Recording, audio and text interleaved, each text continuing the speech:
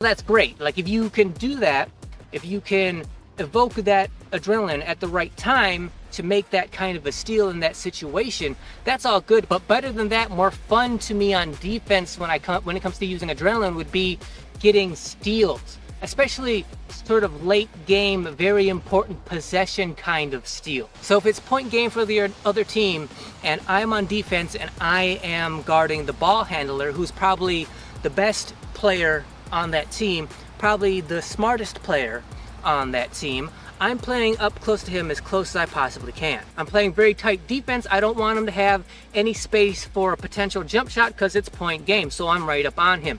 He's smart, so he knows that if I'm that close, that he's gonna try to pull some kind of fake move to try to get me to go one way so then he can then go around me. And usually good offensive players have one or two go-to moves that they have in that kind of a situation. And I know he has that move. I know what he's trying to do. And so I'm waiting for him to do it. I'm being patient. And even regardless of how good or skilled offensive players are, even out here at the court, and well, especially out here at the park, they will usually somehow telegraph that they're about to do their move. Right? So I wait for that telegraph, I wait for them to show me they're about to make their move, and then when I see they're about to make it, that's when I call on the adrenaline to try to flood my brain, because late game situation, last possession of the game possibly, I need to get the steal, so I try to slow down time. So I see he's about to make his move, I call on the adrenaline, time slows down, I can see him starting to make his move. I can see what he's trying to do, where he's trying to go.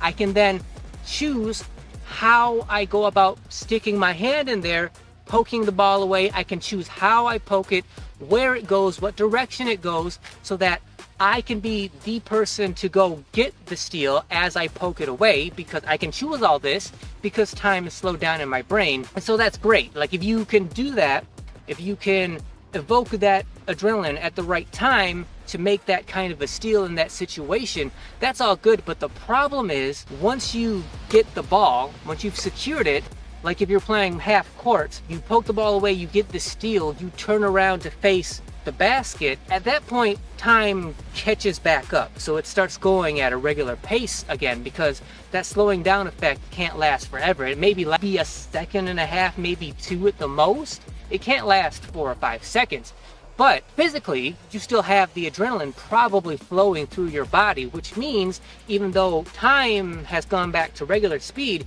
your body is still flowing with adrenaline, which would mean that you are very apt and possibly in the position where you're going to make some kind of a mistake now, because that adrenaline has made you physically sort of frantic.